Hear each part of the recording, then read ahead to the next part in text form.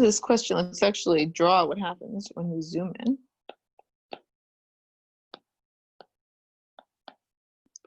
Here's X, here's Y. To be clear that we're zooming in, let me draw this red box.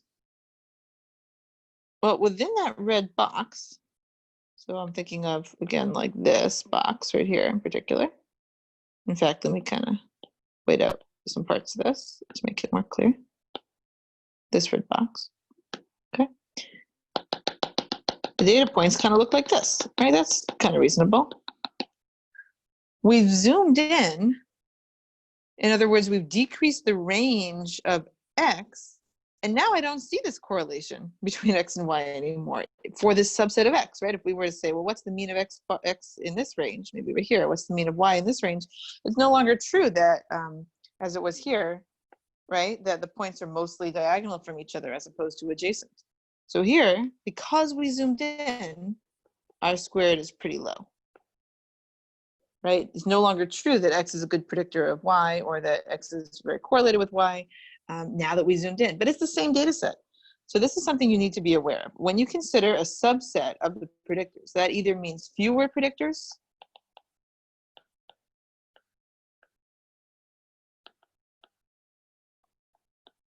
or a smaller range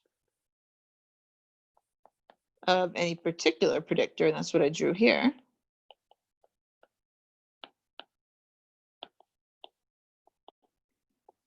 R squared will decrease. Decreases.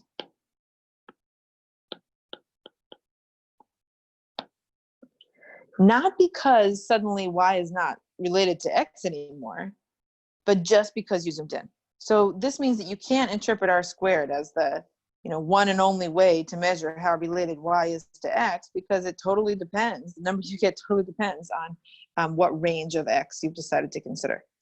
And then similarly, if you have a whole bunch of predictors, then you could think of taking a subset of those predictors as just, maybe one of the predictors is males versus females, and you decide to focus only on females. That's taking a subset too, right? That's taking a subset as well. So if you zoom in any way using your predictors, R squared will decrease, just like it will when the number of predictors decreases, even if the predictors you're taking away are not particularly helpful. So clearly you can't just do a bunch of different things to your data set. Let's change the range of predictors we're looking at here. Let's add or subtract variables here, and then choose the model that has the highest R squared. That's not going to work because of these facts about R squared that we're listing here. And here's our last fact about R squared that we'll list right now. R squared is not a way to measure the linearity assumption. It's not a measure of linearity. For example, if here's X and here's Y, my data set might look like this, right? But if you draw this line through it, the residuals actually won't be that small. It'll actually look pretty good. R squared will be pretty high. And again, this is assuming that your model doesn't have a squared term in it. So if you run this model on this data set, you're going to get a pretty high R squared. Okay, even though the equation clearly is not a good one for this data set because it needs a parabola. It's a curved relationship between the mean of Y and X. And that's because the residuals would be not too big.